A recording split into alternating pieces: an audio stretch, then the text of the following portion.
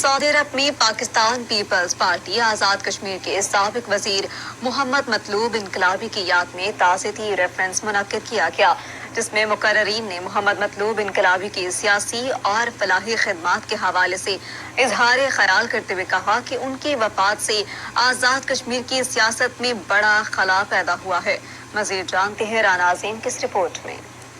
سعودی عرب میں Peoples youth organization ریاض region کی جانب سے منعقدہ تعزیتی ریفرنس میں پیپلز پارٹی کے عہدیداروں اور ورکرز کے علاوہ دیگر سیاسی جماعتوں کے عمائدین بھی شریک ہوئے۔ اس موقع پر مقررین نے محمد مطلوب انقلابی کے بارے میں اظہار خیال کرتے ہوئے کہا کہ مطلوب انقلابی متوسط طبقے کی آواز اور نظریاتی سیاستدان تھے، جنہوں نے خدمت کی سیاست کو اپنا شعور بنایا اور اپنے علاقے کی فلاح و بہبود کے لیے بے پناہ کام کیا، جسے کبھی فراموش نہیں کیا جا سکتا۔ ان کی وفات سے جو سیاسی خلا پیدا ہوا ہے، اس کو کبھی پورا نہیں کیا جا سکتا۔ پیپلز یوتھ آرگنائزیشن ریاض ریجن کے صدر اعجاز رحیم اور PYO گلف ریجن کے نائب صدر احتشام جاوید کوہلی نے کہا کہ محمد مطلوب انقلابی کی پوری زندگی مقبوضہ کشمیر کی آزادی کی جدوجہد کے لیے وقف رہی۔ انہوں نے انٹرنیشنل فورمز پر جا کر بھارتی مظالم کو اجاگر کیا اور کشمیریوں کی نمائندگی کی۔